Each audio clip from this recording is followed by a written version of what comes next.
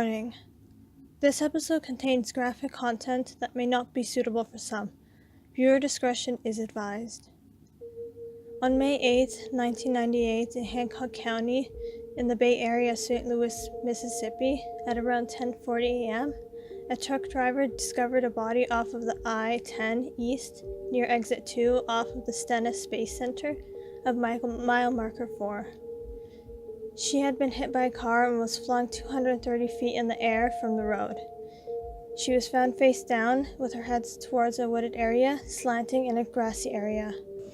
A group of teens, after hearing the woman being hit, they came forward. They were traveling in a 1998 green Mitsubishi, and they thought they had hit a deer. This happened between 2 to 3 a.m., which means that she was deceased just prior after being found. The woman was described as a white female between the ages of 37 to 42, 5'3" to 5'5" inches tall, 130 to 135 pounds. She had 16 to 18 inch long, naturally curly reddish-brown hair with a touch of gray that arose from the temples and the front of her head. She had natural brown hair and that had been dyed a slightly lighter color.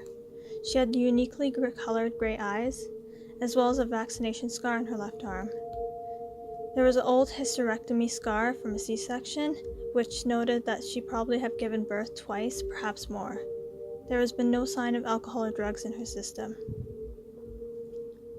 On her person, she was found carrying 7 epihedron glyphosate mini pills in the right back jean pocket, and this type of medication is usually common to treat asthma.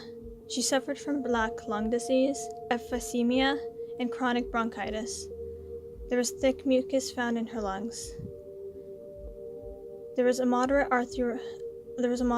osteoarthritis in her spine and numerous small hydatid cysts in her oviducts that were caused by a parasite caused by parasites when consuming contaminated and unsanitary food, as well as she had bug bites. Her skin was tan and freckled, and her legs and underarms were shaven. Her nails were short, uneven, and dirty, as well as there was a black, greasy smudge on her medial right foot from the base of the first toe into the arch. With her dentals, there was no teeth or dentures found, and she was wearing BOGO jeans, a black hooded Spalding activewear sweatshirt with Florida on the front, and blue velvet slippers. In her esophagus and stomach, they found that she had earlier eaten French fries, pickle slices, a thick brown liquid, and no meat. With the accident, she suffered many injuries, such as the fracture of the cervical spine, compression contusion of the spinal cord, a lacerated abraded scalp, a deep laceration of her upper front popliteal region, which is the knee joints and the left heel. She had a fracture on her right femur, multiple deep abrasions of the trach and extremities to the face. She had hair resembling scalp hair entangled in her left fingers, 21 broken ribs, and a lacerated liver. Onto the rule-outs, we only have one confirmed, which is Nadine Claire Tim, who disappeared from Illinois in 1965. Now onto the possibilities. We have Glennis Licker, Alabama, 1998. Peggy Mock, Alabama, 1992. Kelly Normal Gare, Arizona, 1998. Tina Lynn D'Ambrosio, Arizona, 1996. Terry Lee Holland, Arkansas, 1997. Jennifer Lynn Wallace, California, 1997. Patricia Vang, Connecticut, 1982. Dawn Ann Solensky, Florida, 1996. Debbie Lynn Prosser, Florida, 1984. Diane Agot, Florida, 1998. Fayeline Self, Louisiana, 1983. Nelda Louise Hardwick, Louisiana, 1993. Tina Leddett, Louisiana, 1993. Patricia Meehan, Montana, 1986.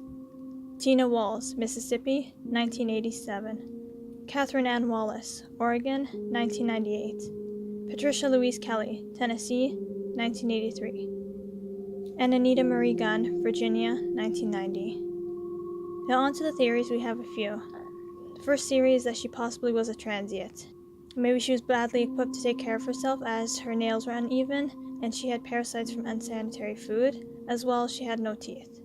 She could have possibly gotten a ride and hitchhiked with someone, and maybe he left her alongside the road with going in the other direction and she wanted to go another specific direction, which goes into our second theory, which she had a hard life. Maybe she got her children taken away. Maybe she was in an abusive relationship, and that goes on to being homeless. She was wearing blue velvet slippers. Maybe she came from a hospital or a psych ward. Or maybe she was a prostitute. Her living situation, which deals with her black lung disease, it possibly could. A lot of sleuthers say that it was from exposure of coal, graphite, and man-made carbon over a long period of time. Perhaps she lived in a coal mining areas, or maybe it was her job, which explains why her nails were so dirty and she didn't have any teeth. And a user made a suggestion if she ever made a claim under the Black Lung Benefits Act of 1973, and that could be a possible way of tracking her down. Another sleuther suggests that maybe it could be excessive smoking, that she was a heavy smoker, or maybe she just even grew up around an open mine. Just some other theories that I had wanted to bring up was her dentures.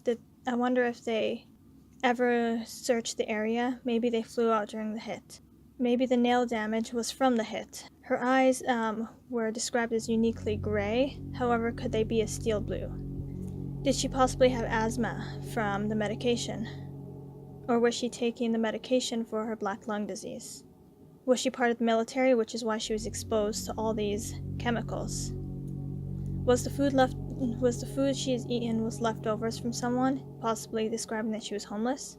She was wearing no socks, no underwear. However, she can afford to have her hair dyed and purchase blue velvet slippers.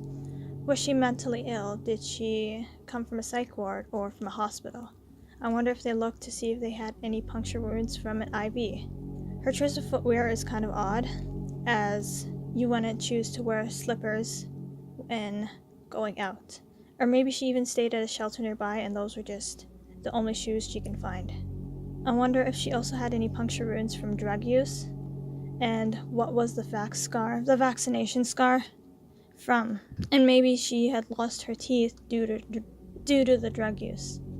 And our last theory is possibly, was it a suicide? Was this purposeful? She didn't have anything in her system and anything on her person other than the drugs. The toxicology test came back normal, so maybe she threw herself in front of a speeding car. After all this time, we still have no information. And 21 years later, we are no closer to finding out who the Hancock County Jane Doe is. In October 2013, the Hancock County coroner Jim Falk received permission to exhume the remains to gather DNA for comparison to Nelda Louise Hardwick and Faye Alleen's self. However, in December of 2013, it was determined that the remains were of a man and not that of a woman. The county doesn't keep burial records, and the exact location of the remains are unknown. Since then, plans for future exhumations have been halted.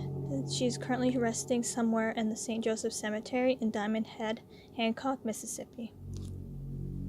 I just wanted to say thank you for taking the time to listen to her story, and I'd love to hear your theories down below, as well as I do have all my information in the description bar. Please give this video a like and consider subscribing to my channel for more content similar to this one. Thank you.